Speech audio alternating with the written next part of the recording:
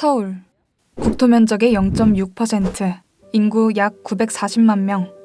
하루 평균 청년 162명이 자신의 출생 지역을 떠나 서울로 향합니다.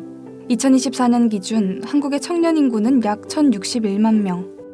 이 중 수도권에 거주하는 청년 비율은 무려 54%. 대한민국 청년의 절반 이상이 국토 면적의 약 12%의 땅에서 살고 있습니다. 이 중 1인 가구 청년이 차지할 수 있는 공간은 얼마나 될까요? 2024년 기준 수도권 1인 가구 청년의 평균 주거 면적은 약 3.9평입니다. 반면 비수도권 1인 가구 청년들은 평균 5.6평에서 살고 있습니다. 그럼에도 여전히 청년들은 3.9평에 서울에서 살아갑니다. 높은 집세와 물가, 높은 인구 밀도로 무한 경쟁이 늪인 서울. 그럼에도 불구하고 청년들은 왜 이런 서울에서 살까요? 정말로 서울이 청년을 위한 도시일까요? 아무래도 경제적인 문제가 제일 큰 문제인 것 같습니다.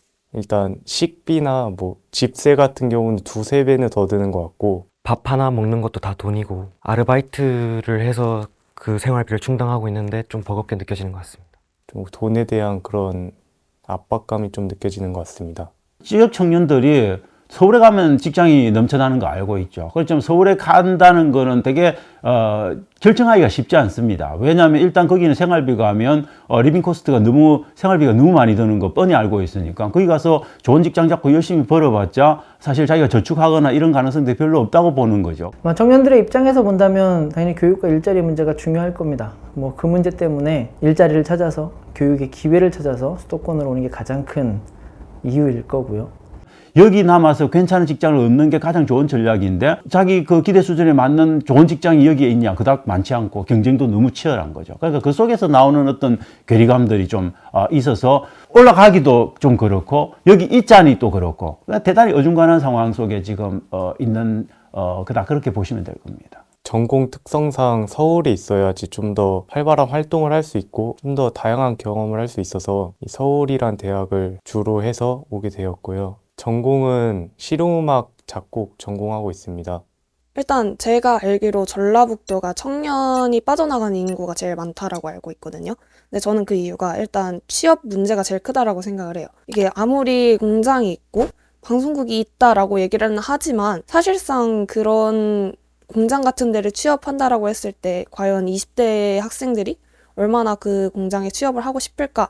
또 의문이고. 저는 서울은 청년을 위한 도시는 아니라고 봅니다. 서울에 많이 모이죠. 그런데 서울의 인구가 지금 1,000만을 왔다 갔다 하면 그런 수준인데 그 좁은 지역에 1,000만 명이 살게 되면 아무래도 제가 볼 때는 스트레스 지수가 높아질 수밖에 없습니다. 경쟁은 치열해질 수밖에 없고 부산의 청년들은 경험하지 않습니다. 그런데 서울은 그걸 매일매일 겪고 살지 않습니까?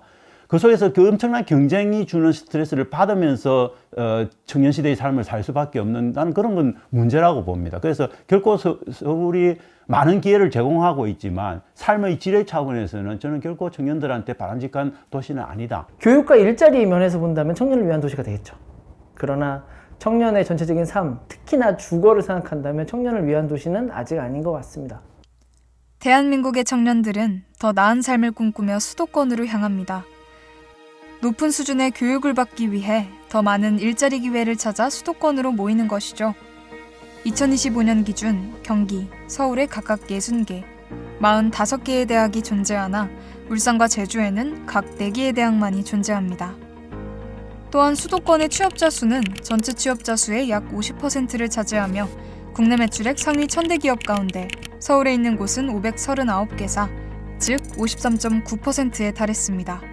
수도권으로 떠난 청년은 비수도권에 남은 청년보다 취업자 비율이 6.1% 높고 연간 총소득도 709만 원 더 많습니다. 수도권은 분명 젊은 청년들에게 다양한 선택지를 제공하며 그들에게 새로운 가능성을 열어줍니다. 그러나 수도권으로 이동한 청년들의 실제 생활이 마냥 행복한 것은 아닙니다. 2022년에 실시한 청년삶 실태조사에 따르면 현재 거주 지역이 수도권인 청년 집단이 비수도권 거주 청년 집단보다 삶의 행복감이 낮았으며 전체 집단 중 수도권에서 비수도권으로 떠난 청년의 삶의 행복감이 가장 높은 것으로 나타났습니다. 수도권으로 떠난 청년이 비수도권에 남은 청년보다 업무, 학업, 취업 준비 등으로 인한 번아웃 경험 비율이 12.3% 더 높으며 높은 주거비로 인한 주택 관련 부채가 1,733만 원 더 많습니다. 2022년 국무조정실은 청년에게 한 가지 질문을 던졌습니다. 현재 거주하는 지역에서 계속 살고 싶은가?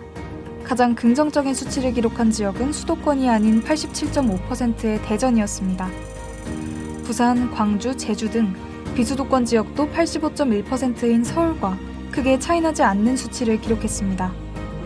즉, 자신의 출생 지역을 떠나는 청년들은 그저 선택지가 있는 삶을 원하는 것일 뿐입니다.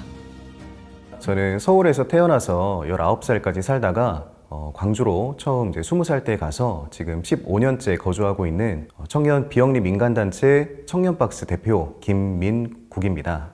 그 다방 여지도에서 2024년도 12월 달에 이제 10평형 미만에 있는 그 월세 그리고 전세 보증금에 대한 그런 통계가 나왔는데요. 이곳 중구와 같은 경우에는 월세가 82만 원 정도 된다고 합니다.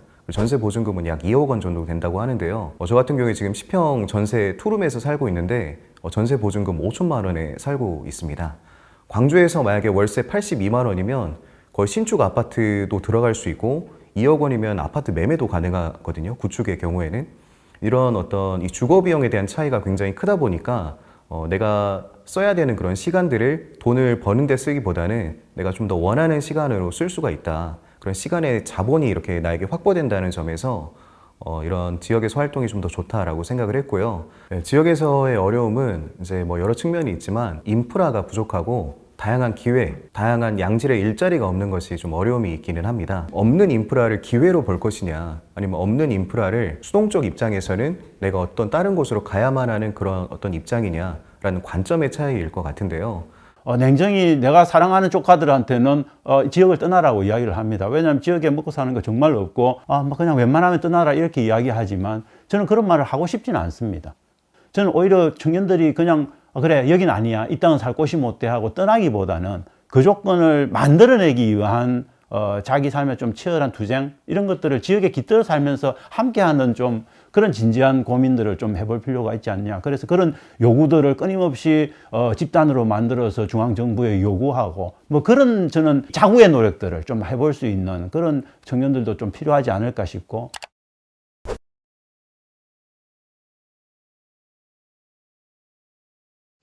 그 전에는 함양에서 살 수 있을 거라고 생각을 전혀 못 했었거든요. 이 지역은 그냥 소멸해 가기만 하는 지역, 어떤 도전을 해도 잘 안 되는 지역, 그런 인식이 있었나 봐요. 그런데 기자 일을 하면서 다양한 사람들을 만나면서 살펴보니까 이 지역에서도 어떤 그런 꿈틀거리는 이야기들이 있었고, 지역의 이야기는 쉽게 묻히거나 왜곡되는 경향이 있으니까 지역에서 살아가는 사람들의 삶을 기록하고 그 가치를 제대로 전달하는 것이 필요하다고 느꼈습니다. 실제로 제가 진행하는 기획 기사들은 전부 지방 소멸의 해법을 고민하는 방식입니다. 실제로 지역은 기회가 굉장히 많습니다. 만약에 도시로 그냥 가버렸다면 제 지금 모습처럼 이렇게 재밌는 삶을 살 수는 없었을 것 같아요. 저는 지금 충분히 재밌고 다양한 사명감도 가지고 있고 또 그걸 바탕으로 다양한 일도 기획해보고 있고 이게 굉장히 행복하거든요. 이 모든 건 이 지역이 만들어준 기회라고 볼 수도 있는 거죠. 제가 볼 때는 저희 대한민국은 아주 뭐 이제 80년 헌정사가 지속된 어떻게 100년도 안 되는 그런 어떤 근대의 경험을 갖고 있는 겁니다. 그 속에서 이제 아주 빠르게 정말 후진국에서 선진국으로 도약하는 그 과정 속에서 압축적인 성장을 하다 보니까 성장의 성과물들을 계층 간, 계급 간, 그 다음에 지역 간에도 고루 분배하면서 천천히 성장하고 여유롭게 성장하는 것들을 경험을 못했습니다. 어떻게 우리나라 전체의 경제를 빠르게 회복할 거냐, 성장시킬 거냐를 생각하다가 첫 번째 생각했던 게 성장 거점이라는 방식이었어요. 우리나라 국가 전체의 역량이 크지 않으니 가장 중요한 몇 군데를 먼저 발전을 시키고 그 발전의 혜택을 주변 지역으로 확산시키자라는 전략을 썼고, 그러다 보니 수도권과 몇몇의 도시에 국가의 전체 역량을 집중할 수밖에 없었어요. 그러다 보니 국가의 전체 역량을 집중하다 보니 그곳에 기업이 몰렸고, 그곳에 사람이 몰렸고, 대학이 몰렸고, 국가 전체적으로 보자면 한 곳에 집중돼서 수도권이라는 곳, 우리나라의 대도시라는 곳들이 국가 전체의 역량을 이끌어가는 시기는 한참 성장을 했던 7, 8, 90년대. 그때의 그 역할들은 거의 다 했습니다. 지금은 몇 개의 도시가, 몇 개의 거점들이 국가 전체를 이끌어 나갈 수 있는 우리나라의 경제 규모가 아니에요. 수도권에 집중되어 있는 것들을 비수도권으로 내려보내자? 그거는 우리나라 안에서 제로섬 게임밖에 안 돼요. 우리나라 전체적인 파이가 커지질 못해요. 결국 그 얘기는 비수도권에 있는 도시들, 기업들, 산업들이 국내가 아닌 글로벌이랑 경쟁해야지, 그래야 국가 전체의 파이를 키우면서 비수도권도 발전할 수 있습니다. 중소기업을 어떻게든지 키워야 된다. 즉 그 얘기는 우리나라에서 키워지고 있는 이 수많은 인재들이 중소기업에서 일할 수 있어야 한다. 모든 청년들이 중소기업을 기피하는 거 알죠? 다들 기피하죠. 다들 대기업 가고 싶어 하죠. 근데 우리나라 기업체의 99.9%는 중소기업입니다.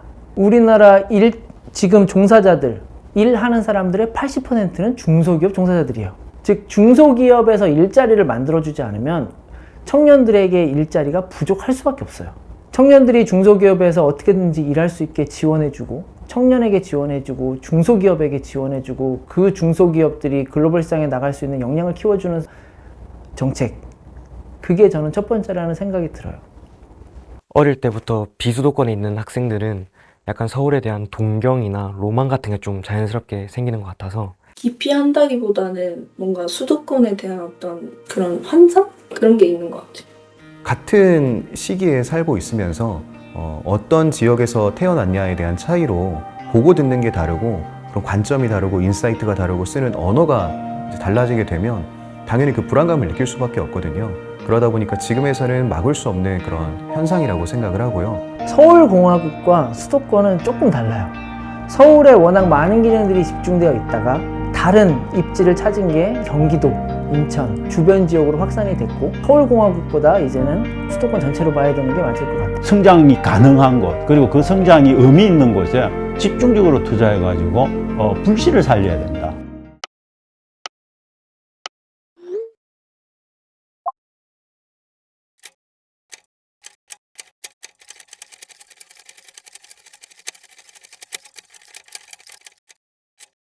지역은 아무것도 없기 때문에 떠나야 할 곳이라는 인식에서 아무것도 없기 때문에 새로운 다양한 것을 시도해 볼 수 있는 곳으로의 인식 전환이 필요하다.